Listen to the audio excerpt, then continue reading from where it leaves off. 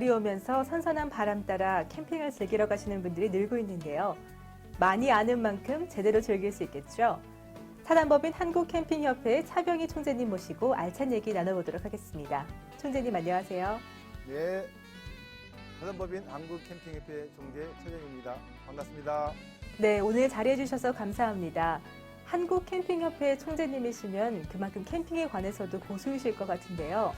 총재님께서는 처음에 캠핑을 시작하게 된 계기가 있으신가요?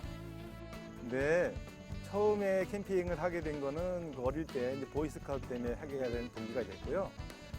우리가 고등학교 때 이제 백팩 캠핑을 많이 하거든요. 그래서 코펠, 배낭을 메고 산을 친구들과 같이 올라가는 게 이제 그때 당시 때는 낭만이었고 추억이었죠.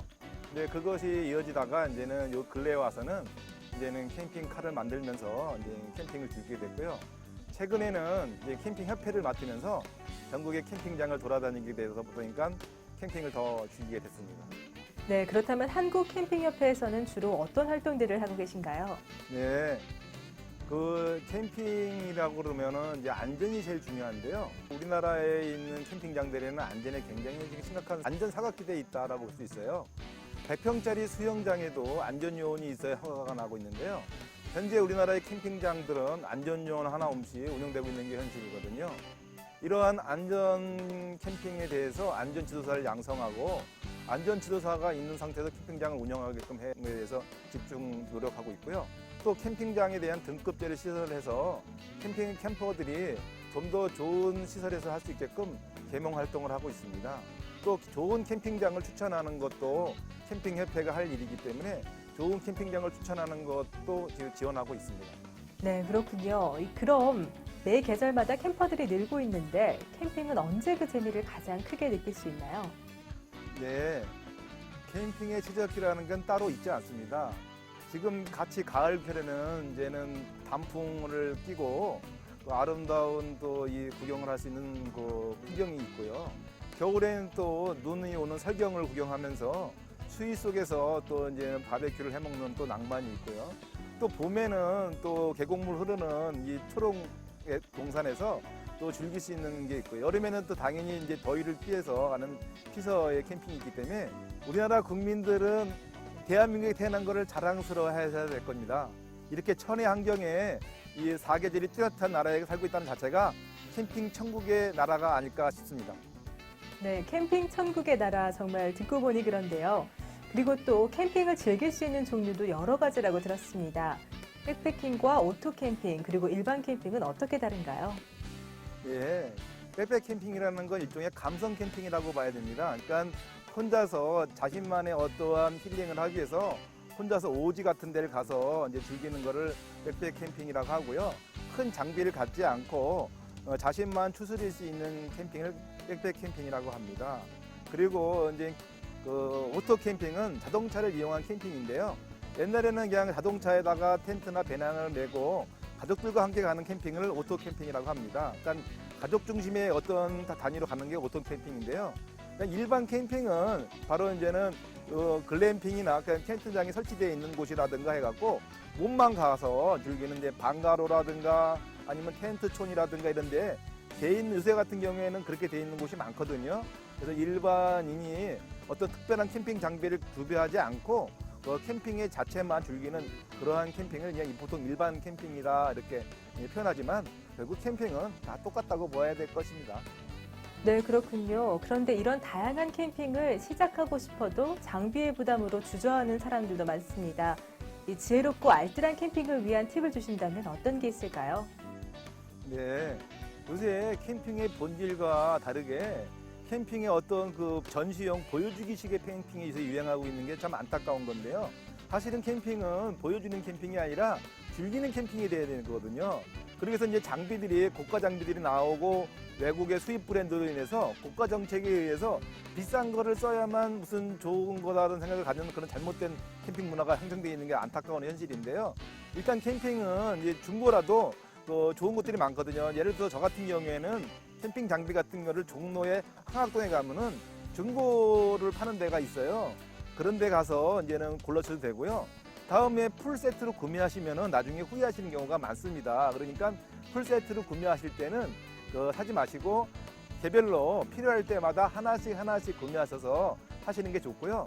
다음에 캠핑을 많이 즐기신 분들한테 조언을 받으시는 것도 참 좋습니다. 그런 분들한테 조언을 받으시면은 이제 어떠한 선별도 되고요. 또 인터넷 사이트에서 보면은 캠핑 카페가 많이 있거든요. 그래서 거기에 보면은 캠핑용 중고나라도 있고 하기 때문에 그런 데서 서치해서 선택해 보시는 것도 캠핑을 알뜰하게 구매하시는 거가 될 것입니다. 캠핑은 말 그대로 나만의 힐링이라고 생각하시고 그 허례의식을 여기 피하신다면 더 즐거운 캠핑이 될 거라고 저는 믿습니다. 네, 정말 꼭 필요한 조언 같습니다. 그리고 또 전국에 많은 캠핑장이 있는 것으로 알고 있는데요. 한국캠핑협회에서 소개하는 좋은 캠핑장의 조건이 있다면 무엇이 있을까요? 네. 캠핑은 사실 즐겨야 되고 좋은 곳이 되는데 같은 가격을 주고 그 양질의 서비스를 못 받는다면 참 억울하겠죠. 그러니까 잠자는 데는 불편함이 없겠죠. 여인숙에서 자던 호텔에서 자던 그러면 가격이 달라야 되는데 가격은 똑같으면서 지금 서비스를 못 받는다면 참 억울한 일이라 생각해서 저희 협회에서는 그 캠핑장마다 등급제를 매기고 있습니다. 그래서 수세식이 있느냐, 치사시설이 잘 되어 있느냐, 다음에 그 욕조시설이 잘 되어 있느냐 이렇게 구분이 되고요. 주변에 관광지가 있느냐 해서 볼거리가 있느냐 이런 것도 따지고요. 다음에 주차시설이라든가 진입로 문제라든가 또 어떤 위생 문제라든가 이런 걸 꼼꼼히 따져서 좋은 캠핑장과 안 좋은 캠핑장을 구분하고 있고요. 그래서 저희가 이제 추천하고자 하는 것은 첫째적으로 가격이 저렴한 지방자치제가 운영하는 캠핑장을 추천하고 싶고요. 또 대표적인 거로는 남이섬에 있는 그 가평 자라섬 캠핑장이 대표적으로 유명하고요. 또 양양 오토 캠핑장도 이 우리나라 최초의 1호 오토 캠핑장이기 때문에 거기도 추천할 만합니다. 그렇지만 그것 외에도 곤잠 캠핑장이든 또 설악 캠핑장이든 이렇게 유명한 캠핑장이 많으니까 캠핑 사이트 저희 협회에 들어오시면은 캠핑장에 대한 그 정보가 있으니까요. 이렇게 지방자치단체라든가 국립공원관리공단에서 운영하는 캠핑장도 찾아줘도 되고요. 저희 협회에 오시면은 그 캠핑 그 사이트들이 다 나와 있으니까요. 거기서 참조하셔서 가신다면은 좋은 캠핑이 되실 겁니다. 네, 그런데 반면 캠핑을 즐길 때 소음이나 쓰레기 처리 등 안 좋은 모습들이 보이기도 하는데요. 앞으로 캠핑 문화가 더 발전하기 위한 캠핑 매너도 필요할 것 같은데 어떤 것들이 있을까요? 네, 캠퍼들의 매너가 안 좋은 것도 문제지만요. 캠핑장 운영자가 매너가 안 좋은 건 더 심각한 문제거든요. 사실은 캠퍼들은 돈을 내고 하는 거기 때문에 약간의 그 시설을 갖다가 좀 리배할 수 있는 거거든요. 근데 시설이 제대로 안 돼 있어 갖고 비위생적으로 쓰레기를 버리게 돼 있고요. 다음에 환경을 난개발을 심각하게 해갖고 사실은 환경을 훼손하는 부분도 있거든요. 이런 것이 가장 큰 문제고요. 저희 협회에서도 캠핑 그 매너 지키기에 대해서 적극적으로 계몽하고 있고요.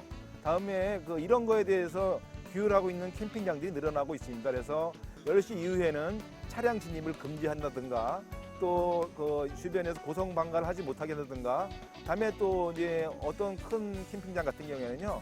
애견을 좋아하는 캠핑장과 그다음에 애견을 싫어하는 동물을 싫어하는 사람들과 구분해서 사이트를 구분하는 경우가 있는데요.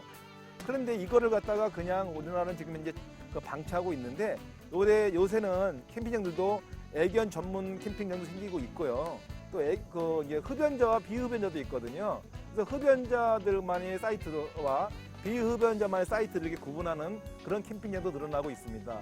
제 생각에 그래서 많은 분들에게도 캠핑 매너는 나 자신을 위한 거라고 생각하시는 게 권해드리고 싶은 제 생각입니다.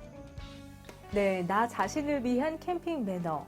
이 캠핑을 사랑하는 모든 분들이 듣고 싶었던 이야기인 것 같습니다.